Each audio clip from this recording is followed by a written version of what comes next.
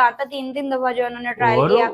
Tanush 2 kilometre थे, 6 kilometre, 10 kilometre. आपने सही बोला, मुझे अजूबा ही ये कोई लगा। मतलब जिस जगह पे हम सोच भी नहीं सकते, जिस जगह पे हम रोड नहीं बना सकते वहाँ टनल्स बना दिए, रेल चला दिया। भारत ने, मैं कहता हूँ, ब्रिज टेक्नोलॉजी में अपना बहुत आगे चला गया। और यार क्या बनाया यार, इतना ये बड़ा ब्रिज है, बहुत बड़ा ब्रिज है भाई यार।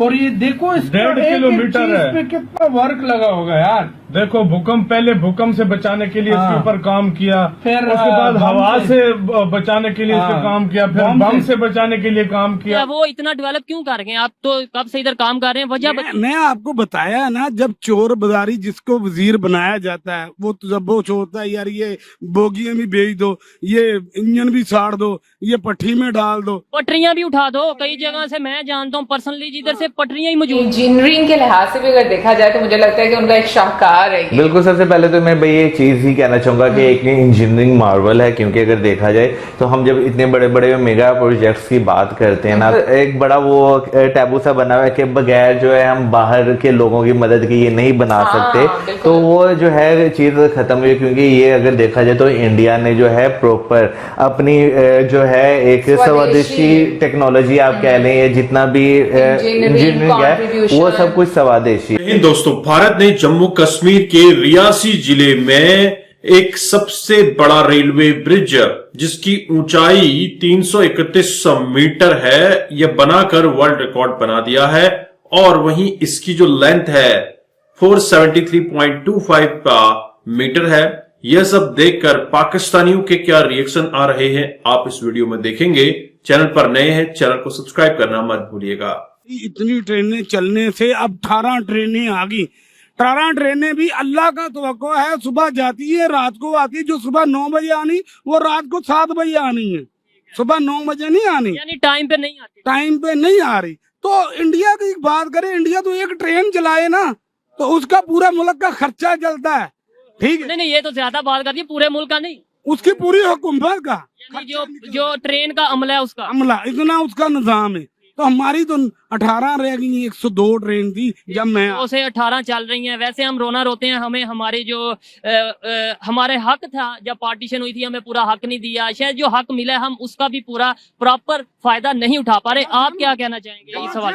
बात ये है, हुकूमतों की बात ऊपर नीचे होती रहती है इतनी ज्यादा। और 1.3 किलोमीटर का इसका ट्रैक है जो ब्रिज का है। तो मैं ये बात सोच रही थी कि जो लोग वाकई में ट्रैवल करेंगे, मौसम बहुत ही एक एक आई थिंक बिल्कुल एक डिफरेंट उनकी एक डिफरेंट अनुभव रहेगा उनका। और सबसे इम्पोर्टेंट ये रहता है कि कनेक्टिविटी, जो मुल्क के सारे जो हम कहेंगे कि इलाके हैं उनसे कनेक्टिविटी, स्पेशली वो वाले इलाके जहां पर वेदर बहुत एक्सट्रीम होता है। तो मुझे लगता है कि उस लिहाज से बहुत जबरदस्त है। और एक इंजीनियरिंग के लिहाज से भी अगर देखा जाए तो मुझे लगता है कि उनका एक शाहकार है। बिल्कुल, सबसे पहले तो मैं भाई एक चीज ही कहना चाहूंगा कि एक इंजीनियरिंग मार्वल है, क्योंकि अगर देखा जाए तो हम जब इतने बड़े बड़े मेगा प्रोजेक्ट्स की बात करते हैं ना, तो हम जो है ना सोचते हैं भाई कि हमें जो है ना वो जो एक एक बड़ा वो टैबू सा बना हुआ है कि बगैर जो है हम बाहर के लोगों की मदद के ये नहीं बना सकते। तो वो जो है चीज खत्म हुई, क्योंकि ये अगर देखा जाए तो इंडिया ने जो है प्रॉपर अपनी जो है एक स्वदेशी टेक्नोलॉजी आप कह लें, जितना भी इंजीनियरिंग है वो सब कुछ स्वदेशी है, ठीक है ना। इस पे जो है जब ट्रेन चलेगी तो एक प्राउड मोमेंट होगा लोगों के लिए, क्योंकि भाई अगर देखा जाए तो वो एक गाना था ना, कश्मीर टू कन्याकुमारी, तो अब वो जो है वाकई रेल के थ्रू भी कनेक्ट हो गया। पहले बाय रोड तो था ही, लेकिन अब बाय रेल भी जो है आप जा सकेंगे। और ये सफर भी बहुत एक मतलब अमेजिंग रहेगा। और खाली क्या नाम लेते हैं, ये सिर्फ लोगों के जो है वो यानी कि पैसेंजर ट्रेन के लिए नहीं, आप देखें गुड्स ट्रेन जो चीजें इतनी वहां से आती हैं और उन्हें आते हुए हफ्ते लगते हैं, क्योंकि भाई अगर रोड की बात करें कि वो एक टाइम आता बंद हो जाता है। रेल नेटवर्क एक ऐसा नेटवर्क मुझे जहां तक लगता है कि ये 24/7 और 12 महीने चलने वाला जो है ये एक नेटवर्क है। बर्फ पड़े, बारिश हो, जो मर्जी हो, हाँ कोई बहुत ज्यादा स्वेर चीज ना हो जाए तो ये जो चलती रहती है, इसे कुछ भी नहीं होता। लेकिन मुझे ऐसा लगता है ना, ये लोगों को बहुत ज्यादा फायदा होने वाला है। एक तो टूरिज्म के पॉइंट ऑफ व्यू से देखें, फिर उसका अगर हम बिजनेस के पॉइंट ऑफ व्यू से, टूरिज्म और बिजनेस वैसे बहुत ज्यादा कनेक्ट करता है आपस में, लेकिन जो वहाँ के लोकल्स रहने वाले उनको बहुत ज्यादा फायदा होगा कि जैसे चीजें मतलब एक जगह से दूसरी जगह लेकर आना, कनेक्टिविटी, और इससे मुझे लगता है कि आपका बिजनेस एक्सपेंड भी होता है। सो अगर ओवरऑल देखें तो बहुत सारे फायदे हैं इसके, और सीरियसली मैं कह रही हूँ कि देखने में बहुत खूबसूरत लग रहा है और आपको वाकई में हैरानगी होती है कि इंसान क्या क्या चीजें जो है वो बना देता है। और जिस तरीके से उन्होंने डिफरेंट इंस्टीट्यूशंस की जो कंट्रीब्यूशन है उनको भी सराहा, तो मुझे ये चीज बड़ी अच्छी लगती है कि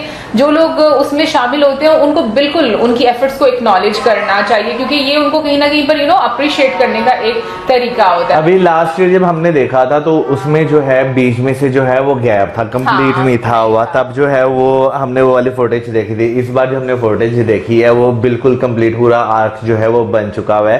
तो इसमें चीज में कोई शक नहीं, इंडियन रेलवे के लिए, इंडियन गवर्नमेंट के लिए और जिन्होंने इस प्रोजेक्ट पर काम किया उनके लिए आज बहुत बड़ा दिन है कि एक ब्रिज जो है वो बनकर, जो कि एक बहुत मेन आप कह लेंगे कनेक्टिविटी थी, वो अब कंप्लीट हो चुकी है। और भाई अब जो है टूरिज्म भी बढ़ेगा, बिजनेस भी बढ़ेगा, हर चीज जो है, यानी कि आपको। दोस्तों आपने ये वीडियो देखी और आपने यहाँ पर पाकिस्तानियों के रिएक्शन भी देख लिए। दरअसल पाकिस्तानी भारत की इस मार्वल इंजीनियरिंग को देखकर काफी आश्चर्यचकित भी हैं और अपने रेलवे को कंपेयर कर रहे हैं। अगर आप पाकिस्तान के टोटल रेलवे की बात करें तो 18 ट्रेन अभी चलती हैं, 110 या 120 के आसपास का जो आंकड़ा बता रहे हैं वो घटकर 18 ट्रेन का हो चुका है, और जिसका समय सुबह 9 बजे बताया जाता है वह रात को 7 बजे पहुंचती है। ये हाल है पाकिस्तान की ट्रेन रेलवे सिस्टम का। लेकिन भारत में आप देख रहे हैं रेलवे का किस तरह से विकास हो रहा है। जम्मू कश्मीर के अंदर वंदे भारत एक्सप्रेस चला दी गई है, जिसका पूरा मकसद है भारत के अन्य राज्यों से जम्मू कश्मीर को जोड़ना और जम्मू कश्मीर के डेवलपमेंट को लेकर जम्मू कश्मीर में जो नई परियोजनाएं आ रही हैं, इससे जम्मू कश्मीर का बहुत ज्यादा विकास होना है। और आज आप देख रहे हैं 370 हटने के बाद दुनिया के देश किस तरह से जम्मू कश्मीर के अंदर इन्वेस्टमेंट कर रहे हैं।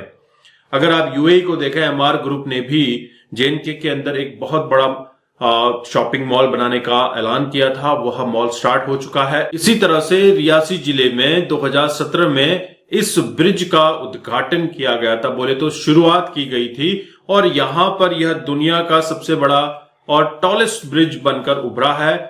इससे पहले चिनाब नदी पर आर्च ब्रिज बनाया गया था, उसके बाद यह दूसरा ब्रिज बन रहा है और जल्द ही इसका उद्घाटन हो जाएगा और जम्मू कश्मीर को एक बहुत बड़ी सौगात रेलवे की तरफ से मिलने वाली है। दोस्तों आप देख रहे हैं भारत सरकार लगातार कोशिश कर रही है अपने रेलवे को मॉडर्नाइज करने का, बस स्टेशन को मॉडर्नाइज करने का, उसी तरह से एयरपोर्ट्स मॉडर्नाइज हो रहे हैं। तो लगातार जम्मू कश्मीर की स्थिति को बदला जा रहा है और दुनिया के लिए इसे तैयार किया जा रहा है कि दुनिया के टूरिस्ट यहां पर आए, क्योंकि हर किसी को पता है कि कश्मीर जन्नत है, तो जन्नत के लिए तो फिर उसी तरह से तैयारी करनी पड़ेगी भारत सरकार को, और सरकार लगी हुई है। लेकिन पाकिस्तान में क्या हो रहा है, पाकिस्तान में तो इसका दूर दूर से मतलब नहीं है। आपके क्या विचार हैं, अपने विचार कमेंट में रखिए। चैनल पर नए हैं, चैनल को सब्सक्राइब करें। हम आपको मिलते हैं अगले वीडियो में, तब तक अपना ध्यान रखिए। जय हिंद, जय भारत, जय श्री राम।